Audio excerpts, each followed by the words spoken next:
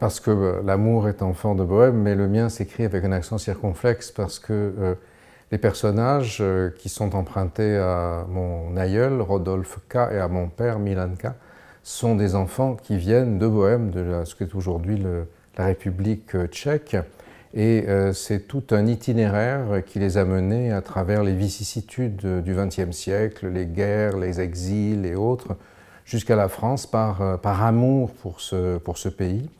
Et de cela, je suis l'héritier et j'ai essayé de réfléchir à ça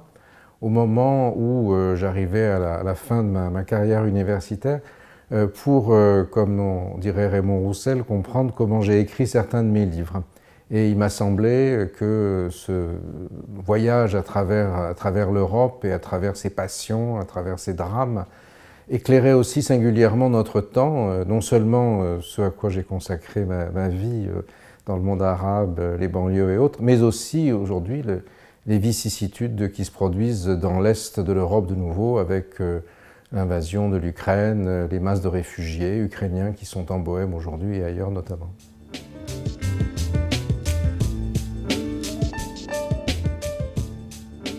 En fait, ce texte, c'est une sorte d'épopée, me semble-t-il, qui décrit à travers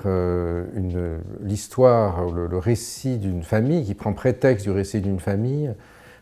tout ce qui aujourd'hui bouleverse l'Europe et bouleverse notre pays.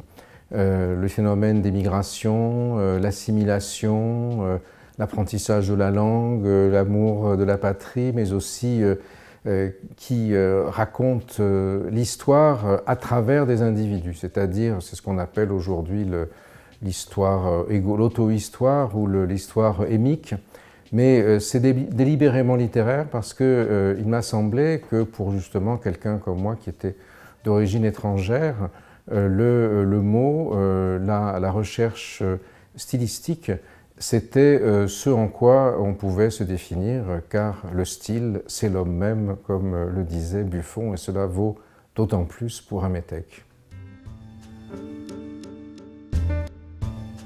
J'ai découvert ce qui me liait à la Tchécoslovaquie en réalité parce que je n'y connaissais absolument rien. Je ne m'y étais pas intéressé. Moi, j'ai passé ma vie à décrypter le présent pour essayer d'anticiper le futur. Et au moment où j'avais été moi-même condamné à mort par les djihadistes et où mon père décédait doucement de la maladie d'Alzheimer,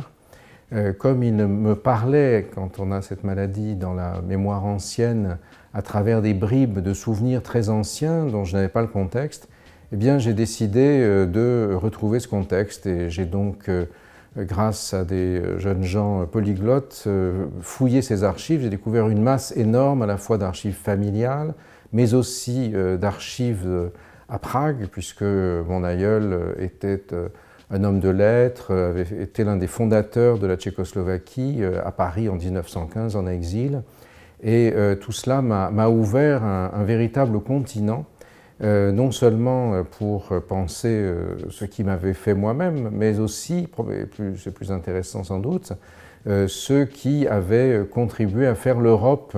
dans laquelle nous vivons. Et aujourd'hui, la République tchèque, d'ailleurs, succède à la France à la tête de la présidence de l'Union européenne. Et, coïncidence ultime, ce livre sort aux éditions Gallimard le jour où se tient le Conseil européen à Prague.